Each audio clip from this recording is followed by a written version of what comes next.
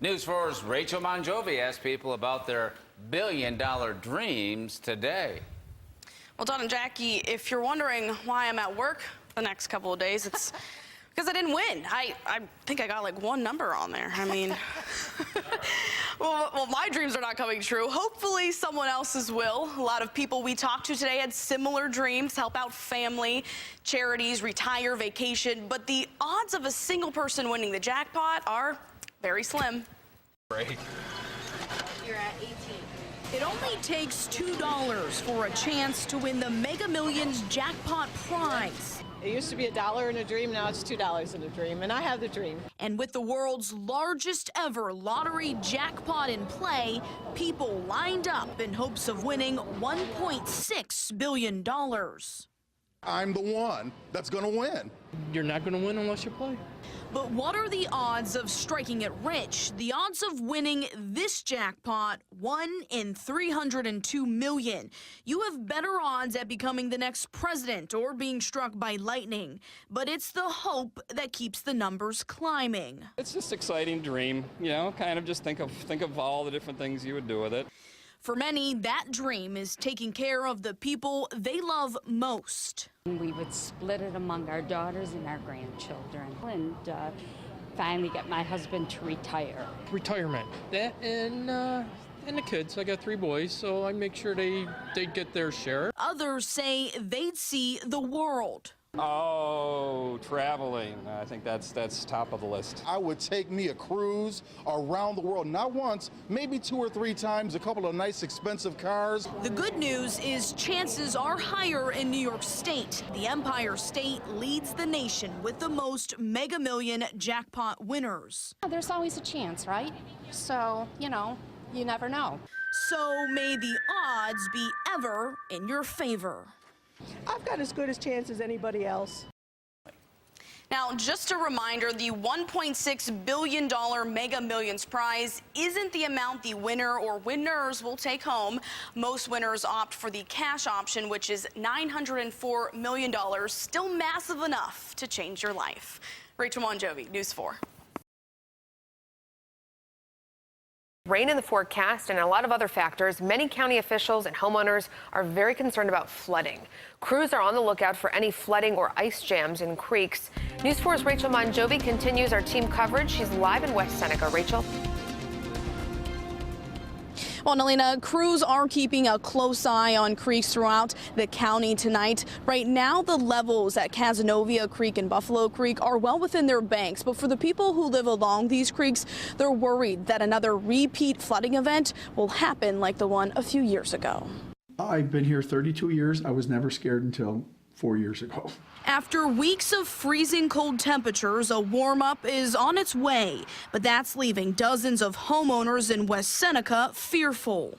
Some of us are more nervous than others. For those living on Lexington Green, memories of flooding are still fresh. In February of 2014, the Buffalo Creek hit major flood stage, forcing residents to flee their homes.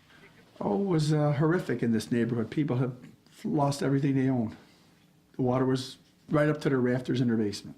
We had the basement filled with water, and the fire department had to pump us out, and we lost quite a few things.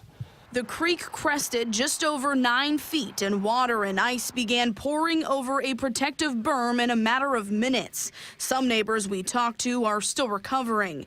David Monolopoulos says he's prepared in case it happens again.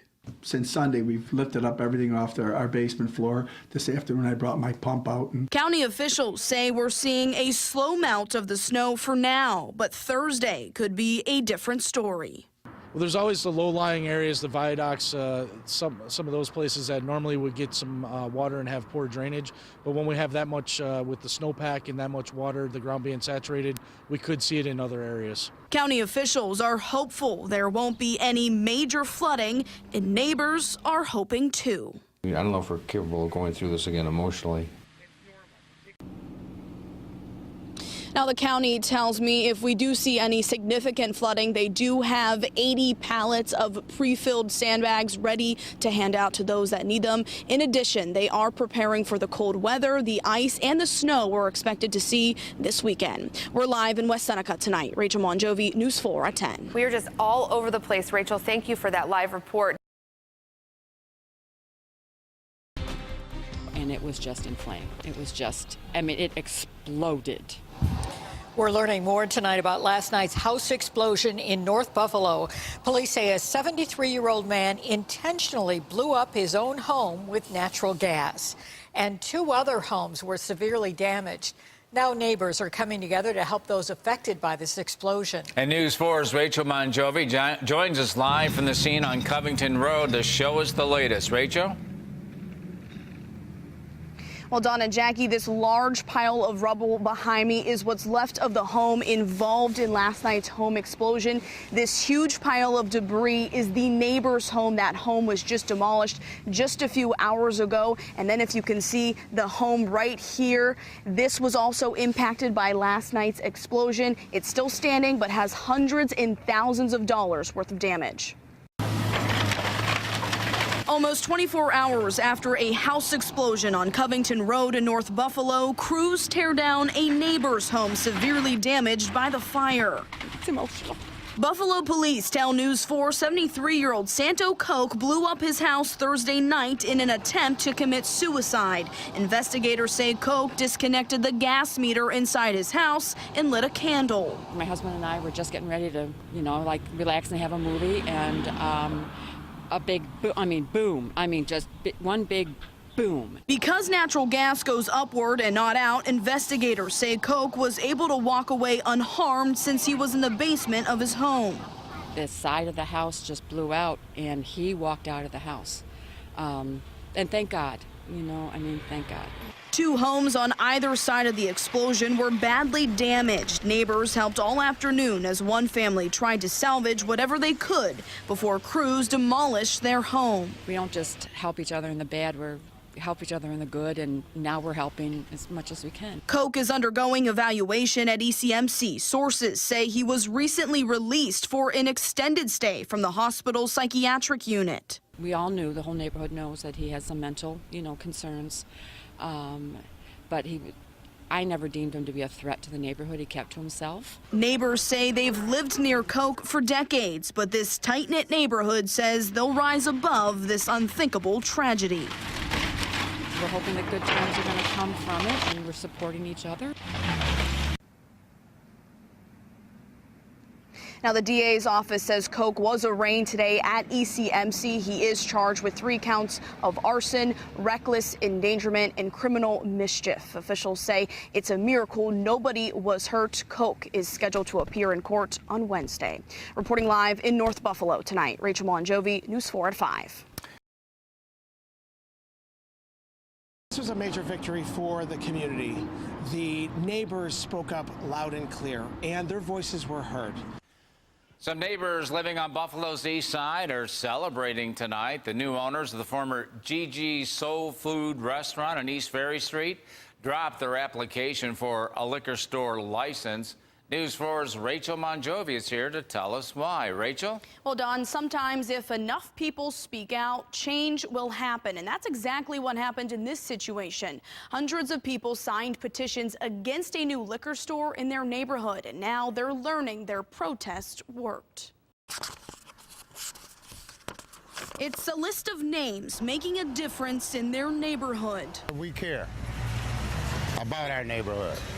Finally, we've taken a stand for something. It's because of this list of about 500 people, a liquor store will no longer open at the corner of East Ferry and Welker Street. I don't think it was a good fit for the community.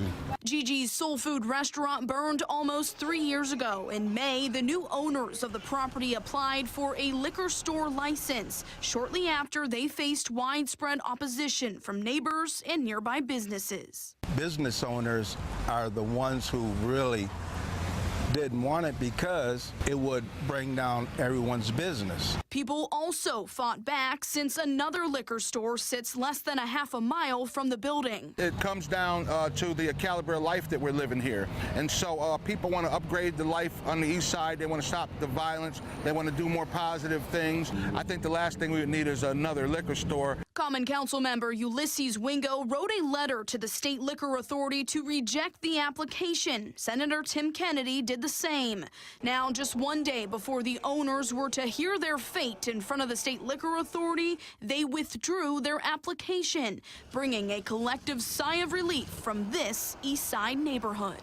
It's a blessing for all, not to have something like that. I feel great about it because you could do so much more than just a liquor store. We won one battle.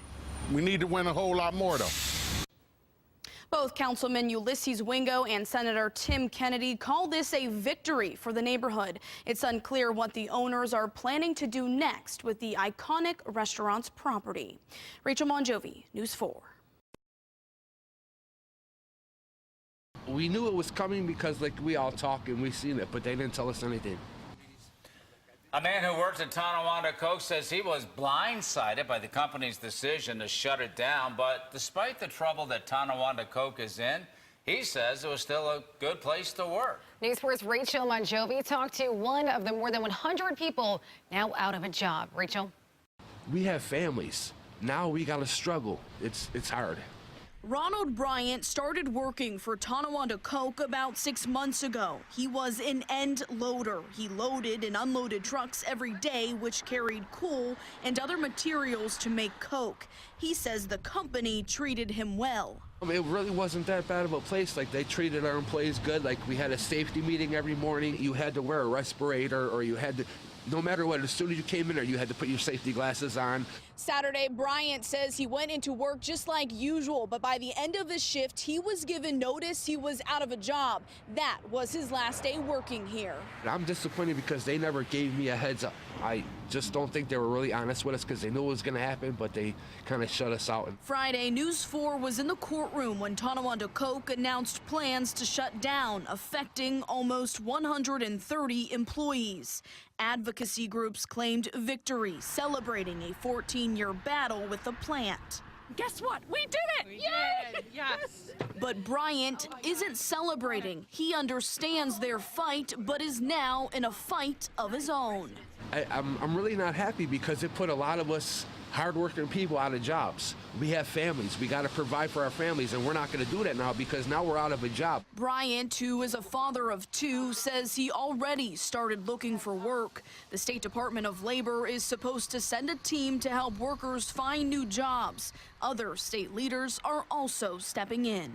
And I'll do whatever I can to see that these folks get jobs. I'll go out there, I'll find a job. Me and my family will be okay, but this is a struggle.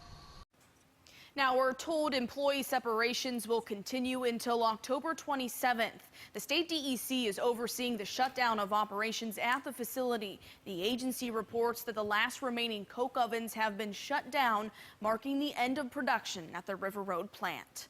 Rachel Mongiovi, News 4.